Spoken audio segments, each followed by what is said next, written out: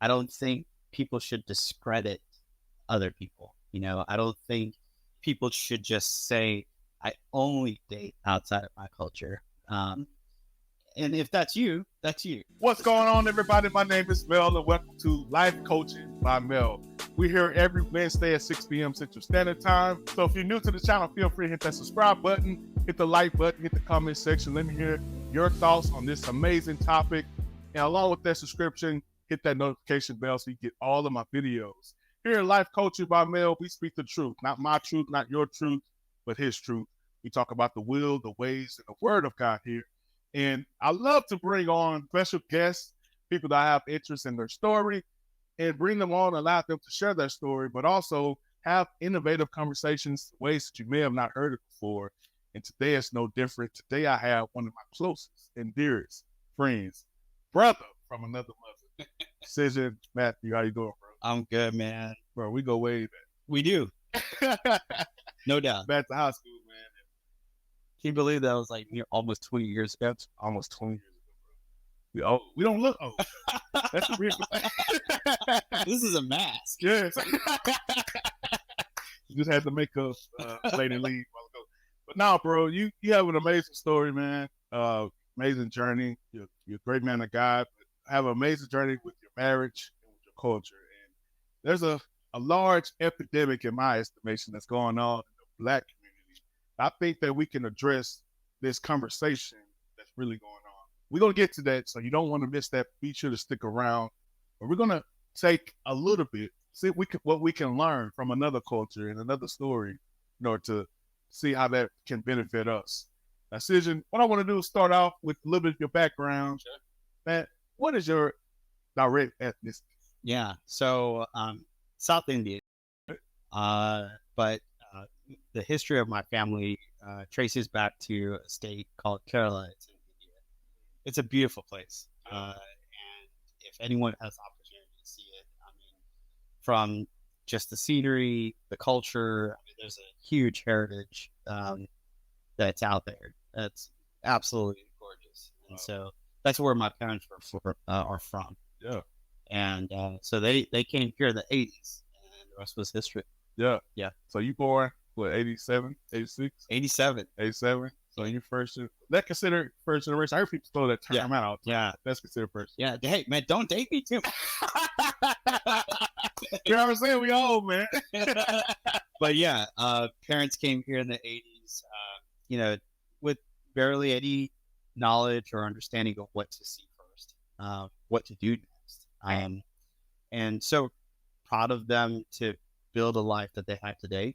And it started with that first step. And so, and yeah, I'm extremely grateful for that. Yeah, man. I love your parents. Love your parents. They love you too, man. Adorable couple, adorable people. So regarding them and the ethnicity, what would you say were the expectations for marriage from your family? Culture? Yeah, that's a great question. So I feel like expectations vary from person to person, from culture to culture, but one of the top three things that resonated in our house was they have to be Christ-centered union, or Christ-centered. Number two, have educational pursuits, and number three, be family-centered. Those were the three things that really echoed, through our house. Yeah. Yeah. Would you say that they had a requirement as far as them being a part of your culture as well? Or? Yeah. From what, they were taught, I think it was always God first. Yeah. And making sure that you're part of the right family, that your family is, cohesive with one another. And so, they passed that knowledge down to us. And for the longest time, that's been kind of the thing that's been in our family, even till today. So. Yeah, that's awesome, brother. So if you have to make a Venn diagram, those are the Venn diagrams, those two circles, yeah, and then you have one section that intertwines. If you have to make that Venn diagram of your family's culture and the culture of America or the West, what marriage values or views would you say would overlap? Yeah, I thought about that one. I would say number one, the overlap that we see is love and both American and like South Indian cultures highly value love and companionship in marriage. At least during the time that I was growing up, it was always being taught that. So that's one place that I would see an overlap. And then commitment, when we're not just standing at the altar of making a decision, till death do you part. It's through everything, through health, through sickness, through the downtimes. Your commitment to one another, that was consistently being, taught at home. And then one other thing was respect and trust. Um, I think today, we've lost some of that. And I think it's our job to, bring that back up to the surface of the value of respect and the value of trust in a marriage. And not only in a marriage, in friendships, for those who have kids, your trust and respect between you two.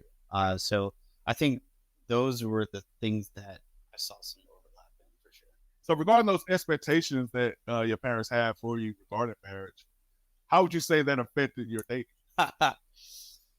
uh, it had a strong influence. Um, I wanted a marriage where the person had very similar interests that I had. So, being Christ-centered, and having prioritization with family and respecting, our cultural backgrounds, and being family-centered. Those were things that really set a template for my dating life. Did I make bad decisions? Of course. Did I have heartbreaks? Of course. But I think that was the framework in which I was consistently saying, okay, this is the type of, relationship that I want one day, because I saw the benefits of it. I saw the benefits of having a Christ-centered relationship. I saw the benefits of when two individuals who are completely imperfect, trying to make things work, prioritize, and keeping families the center of their lives. I saw the benefit of that, and so that's something that I wanted to continue to, give back and or be part of. Yeah, that's beautiful. You're now married. Yeah.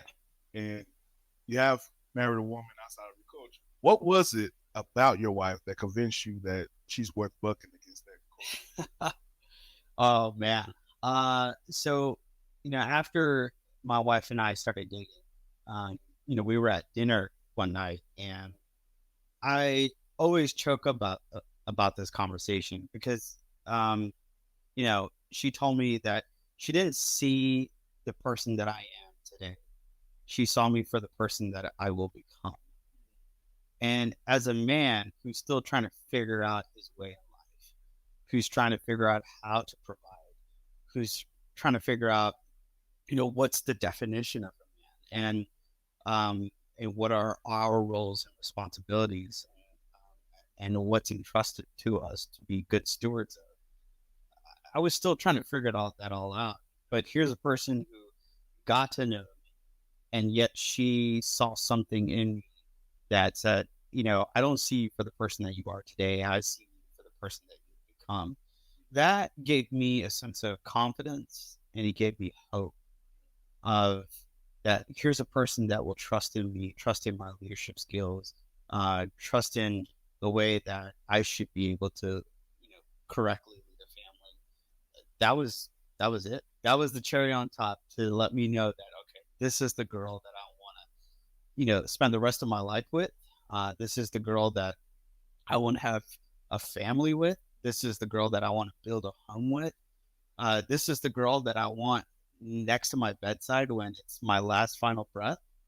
This is the girl that I want to invest time with, and that was it. That was it. Yeah. I get a question all the time about in my comment section on YouTube, Yeah. wherever. Just people asking, knowing that I'm a divorcee, they're like, brother, why are you doing it again? Why would you ever do that again? Make a mistake once, why would you do it again? Because there's a large popular conversation out there. A lot of movements, I can't call on top of my mind right now, of men just saying stay away from marriage. You know? In a nutshell, so that's that's what you're looking for. Looking for a woman that inhibits those things that you just said, man. That's so beautiful. Yeah, yeah, for sure. Someone that is willing to cultivate new beginnings with you guys. That's yeah. It all came full circle for me at that time at that dinner table. I still know exactly where we had dinner, at what time, what we wore. I mean, everything was just you know, you just filed away, and so yeah. I wanted to, make sure I was with someone that I cultivate such a beautiful journey together. Yeah. People often see that it's the end result of things, but they don't really see the finer details of the tough times, the times where, you know, um, your kid gets sick and you got to take time off of work and you got to be at home and all the anxiety and stress that comes along with that. Um, and then you work through those trenches to get back to the top. I'd rather go through that journey to make the end result even more richer, more joyful. And through that, you know, God is sustaining us. And so those are the temple lessons that I've learned, and I'm being patient with myself now. So, yeah. So Mm. found this woman of your dreams. Found her. Found this incredible. Gotta lock her in at that point. Gotta lock her in. You locked her in your mind.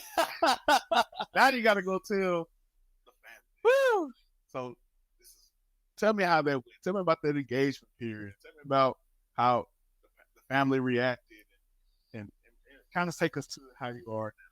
Yeah. No, at that point, I was on my own personal journey, Jamel. I was trying to figure out who Shijin was. You know, I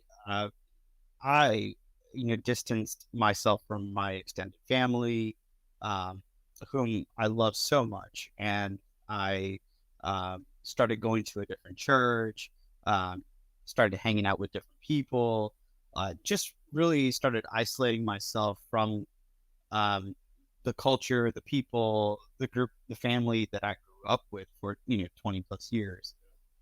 And so when my wife stepped into my life, you know, I was making all these decisions in my head of like, okay, this is what I want to go forward. But yeah, no, the the news of the engagement had a significant impact on my parents, because they just didn't know how our extended family, our culture would respond to someone that I'm married, that's not Indian. And so that was a difficult task, and a difficult ask. You know, I look at my parents, every day. If my kids came up to me and they made a huge life decision, I wanted to make sure that my kids would have all the resources that they need in order to support that decision. But I feel like sometimes in our culture, especially with folks in my parents' era, like they may not have access to those resources. They may not want to talk about it, and they kind of sweep things underneath the rug. So they're just kind of holding it in, you know. Um, and so I get why they would respond in the way that they did. And so, yeah, no, engagement was tough. Engagement was really hard, but I had, some friends from church, some family members that definitely was part of my proposal. That was, to me, that was, one of the sweetest proposal, because I took my wife right back to where we had our first date. Player. Yeah, man. I mean, to the very, exact table that we sat at, to the, exact same order that we had. That's where we started our journey. And I wanted to make sure that I started my journey again, a new journey at exactly where we started it at in the first place. So, yeah, that's what I did. Yeah. That's what I did. And so, yeah, I didn't receive the type of um, feedback that I was anticipating from my parents, and I understand that. But now, where are we today? Um, Man, our marriage couldn't have been any better. My relationship with my parents and my wife, I mean, it's not always perfect, right? We got in-laws and we got certain quirks about them that I don't really like this.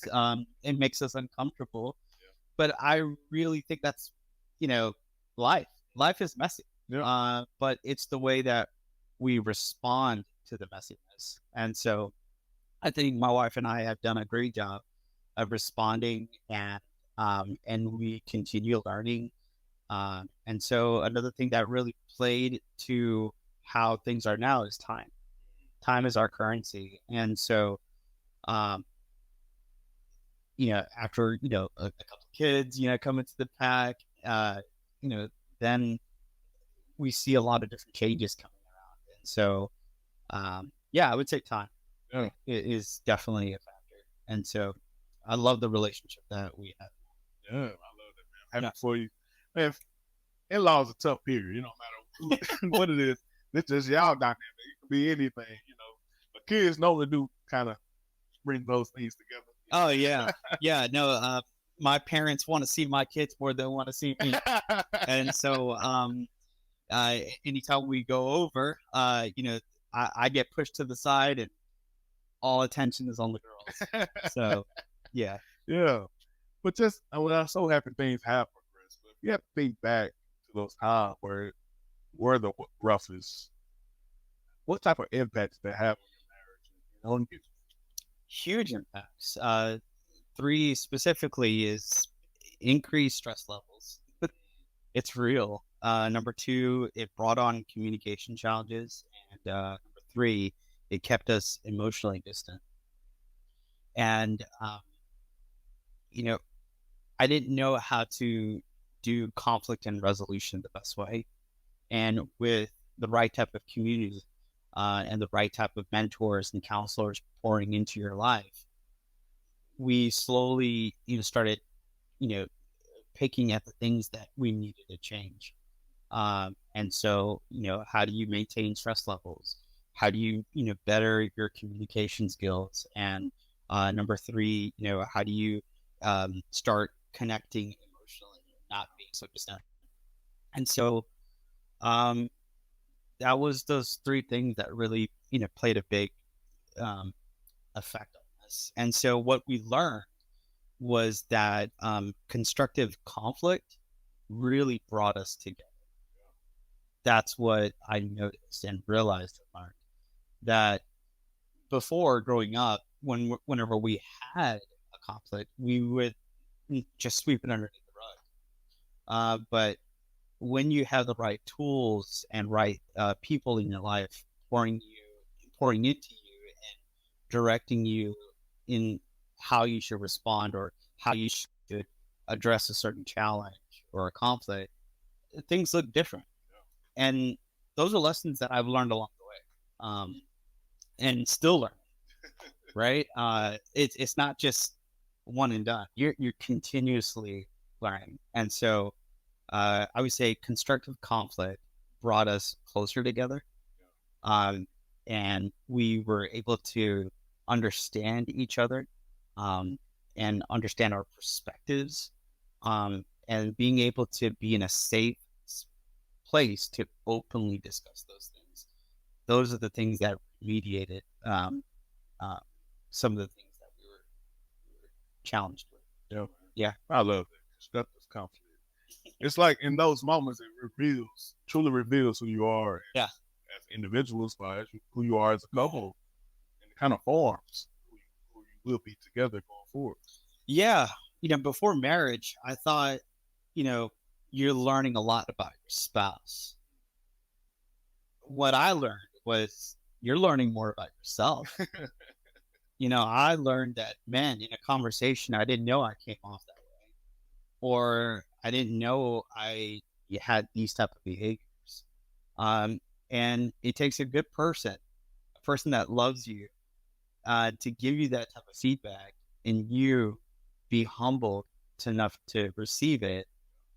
And if you really want to make it work, you'll work on it. And so there's no magic pill. There's nothing to it. It's just a easy recipe, but it's very hard to follow. And that's why I believe we need God in our life to humble us, to make sure that we die to ourselves every day, and that we draw a circle around ourselves, Yeah. so that they could be better, and you could be better. So it's a collective effort. Absolutely. Yeah. That dying of yourself every day is one of those foundational principles of Christianity. It's funny how we just drop those principles when it comes to marriage. Like we don't look at the simple or the things that Jesus said or Paul instructed or advised. We look at those things and we just forget about it regarding dealing with our spouse. We'll do everybody else that way. When our spouse, we're like, nah, you gonna get this work. You gonna get this. I'm gonna tell you off.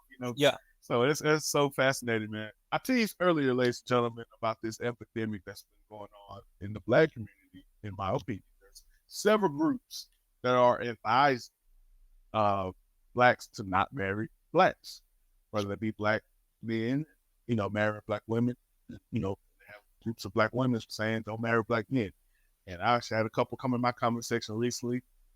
I swiftly redirected their conversation. I'm plugging in. We were talking about Tia Mowry. She recently divorced her husband. Okay. For irreconcilable differences. Whatever that means. But the point is, the person in the comment section came saying, well, she needs to marry a white man, because, that's somebody who will treat her better. I can't remember exactly what she said. Right. I just redirected it because I ain't got time for trolls, because that's all she was trying to do, trigger me. I said, I agree. I think all women should marry men like their daddy. Her daddy white. So go on, marry. And, so what I want to ask you, like I said, got all these groups saying these things. What are your thoughts on someone who says, I only date outside of my ethnicity? Yeah. To that, I say, I think interracial dating and relationships, it's very complex, and it's a personal one, right? I think it's important to recognize that people's preferences, when it comes to dating and relationships, are highly individual, and they can be influenced by multiple factors. So one being societal influences, cultural backgrounds, personal experiences, and their values. I don't think people should discredit other people. I don't think people should just say, I only date outside of my culture. And if that's you, that's you. I think whether you're marrying interracially or marrying someone within your culture, you know, they are people, and we have to take time to understand their perspective, their experiences. And if we don't, I think we miss out on things. And so that's my initial response to that. And so, yeah, I'll leave it there. Appreciate you saying that. And I have to agree, just to put my small 2 cents on that, man. I think that it's funny once they get in those relationships. You hear a lot of people say, love is love. And, it is definitely love.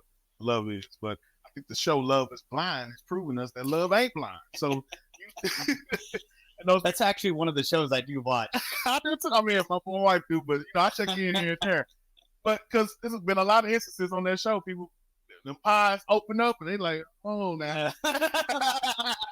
Yeah, I mean, for me, ultimately, I think what's crucial in any relationship is the presence of love.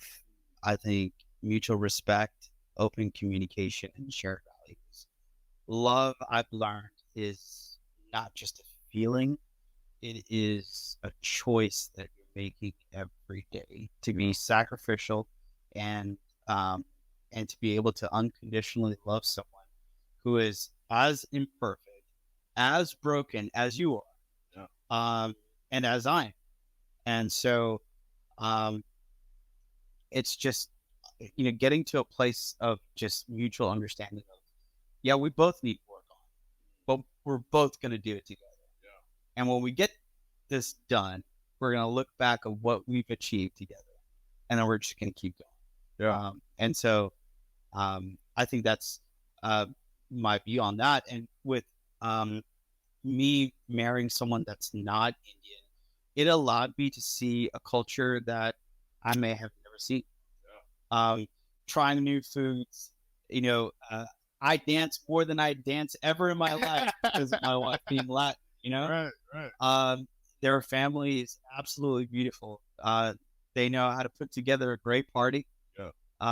And so to be able to see a world, a culture of things that I have never seen before, it's quite an awesome experience. Yeah. For those who are curious, you comfortable saying what her ethnicity is? Yeah. So she's from Puerto Rico, and beautiful country. And yeah, it's just she brings so much from her culture into our family. The way she fosters and raises her kids, and the way she builds the home, around us. I think what I heard someone say that, inside the house, the woman is the CEO, and outside the man is the CEO. So go and represent our family well. And so every day when I leave the house for work, that's what I do. I try to do that, and it's wonderful to have a person, with you to, make sure that we're both collectively moving forward, pushing the needle forward. So, yeah. I love it, man. So for someone who is looking to either marry outside their race or just kind of go against their family's expectations, what would you say is a practical first step? Practical first step is self-reflection and preparation. Before approaching your family or, making any life decisions, take time to self-reflect, understand your reasons of why you want to marry, outside of your culture. And I did that a lot. I did that with some wonderful mentors in my life, who were not only part of the church, but also outside of the church. And it was for me to gain more perspective. So that's the first step. And so what comes right after that is you're educating yourself. You don't want to make irrational decisions, on anything, whether you're buying a car or a house, what job you should take, all of that requires a lot of thought process. And so educating yourself, being prepared to understand your partner's culture, and those boundaries, right? In my culture, we don't have any boundaries, right? And but it's all in good, it's all in good things. But it's just like setting those boundaries is important, and then be honest and empathetic.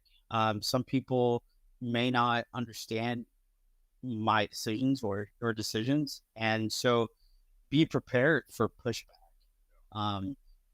And those pushback is good because it prepares you for something that you may not have thought about, like, and so having those type of conversations is good. But be a good listener, be empathetic to those who are saying their thoughts on about the decision that you're about to make, and don't get offended. I think I did that a lot. It's my life. I get to do whatever I want. Really, there are people that really want the best for you, and so be mindful of that, and just take measured steps. I think, yeah. But the first one is self-reflection and preparation. So finally, man, as we kind of wrap up here today, definitely appreciate you for joining us today, man. It's been powerful stuff. This is awesome. Yes, it is. By the way, I wanted to say, I'm so proud of you, man. This channel has been going off for quite some time, and you brought some really thoughtful content on here. You're talking about the 2%. Yeah.